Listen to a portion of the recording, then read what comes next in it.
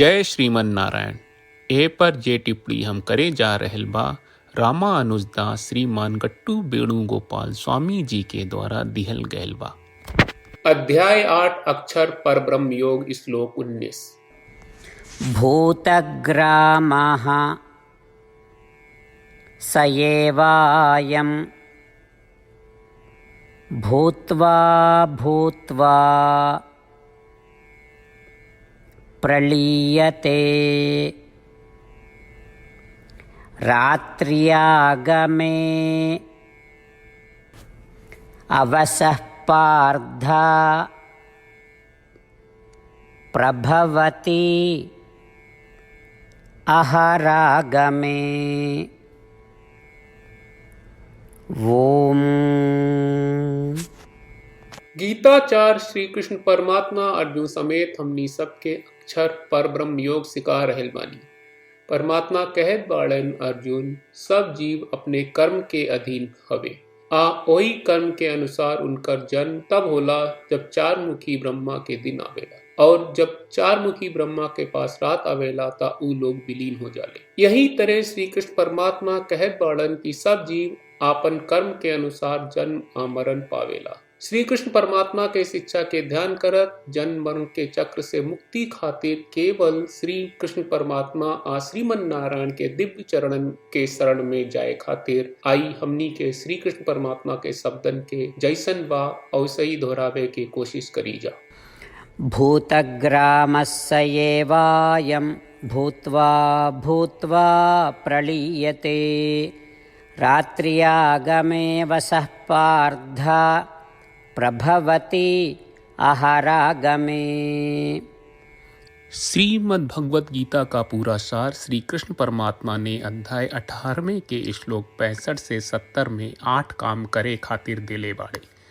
श्री कृष्ण कहले हम ओ लोगन से प्रेम करनी जो लोग इन 8 बातन के मान तारे। हम ओ भक्तन के हर तरह से रक्षा करब। श्री कृष्ण परमात्मा के द्वारा बोलल गईल संपूर्ण भगवत गीता सुनला के बाद अर्जुन कहले करिष्ये वचनम त्वा, जेके मतलब बा कृष्ण मैं वही करब जौन आप कही। यही कारण बा श्री कृष्ण अर्जुन के हर तरह के सफलता आ विजय प्रदान करेले। आई परमात्मा के आपन व्रत देई कि हमनी के ये 8 गौ कर्म के पालन करी जा। ई वचन परमात्मा के देवे से बड़न कौनो पूजा तपस्या यज्ञ नहीं। हम 8 प्रण कहब जौन हमनी के करे के चाहिए। आप सब कृपया इन्हन के आपन दिमाग और दिल में सोची। श्री कृष्ण के आपन वचन देवे के ई तरीका में हमनी सबकी कल्पना करे के चाहिए कि श्री कृष्ण का चेहरा खुशी से चमकत बा और खुशी के एहसास करत बा। जय श्रीमन नारायण। यहाँ हमनी के 8 वादा बा। हमनी के पहला वादा, हे श्रीमन नारायण आपका निर्देश के मुताबिक हम हमेशा तोहार ध्यान करब और तोहार बारे में सोचब। हमनी के दूसर वादा, हे श्रीमन नारायण आपका सलाह का अनुसार हम हमेशा आपका भक्त रहब। हमनी के तीसर वादा, हे श्रीमन नारायण हम आपन सब काम तोहरा सेवा के रूप में और तोहरा संतुष्टि खातिर करब। हमनी के चौथा वादा, हे श्रीमन नारायण जैस की आप माने के कहले रहलू हमरा बहुत विश्वास बा कि हम आपके होई और हम हमेशा आपन दोनों हाथ जोड़ के आपके नमस्कार करब और आपकी पूजा करब।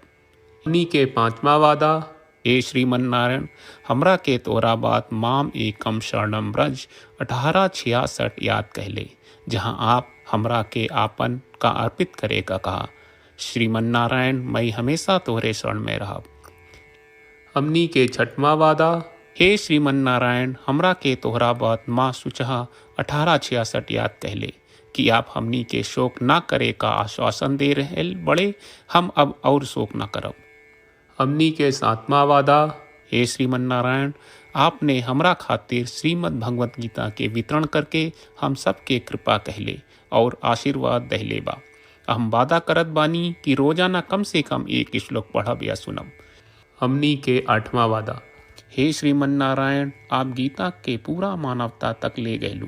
हम गीता में आपके दिव्य वचन के उन भक्तन तक पहुँचावे के प्रयास करब जे गीता से अपरिचित बा। हे श्रीमन नारायण हम उई करब जौन तू करे का कहब। हम ऐसन व्यवहार करब जैसन आप चाहत बानी और हम खाली आपका खातिर काम करब। श्रीमन नारायण के रोज आपन वचन देहल कि हम ओइस करब जैस आप कहत बानी, ई अपने आप में बड़न पूजा बा। श्रीमन नारायण करशे वचनम त्वा, श्रीमन नारायण हम तोरे निर्देश के मुताबिक काम करब। सर्वम श्री कृष्ण अर्पणम अस्तु। जय श्रीमन नारायण। भूतग्रामः स एवायं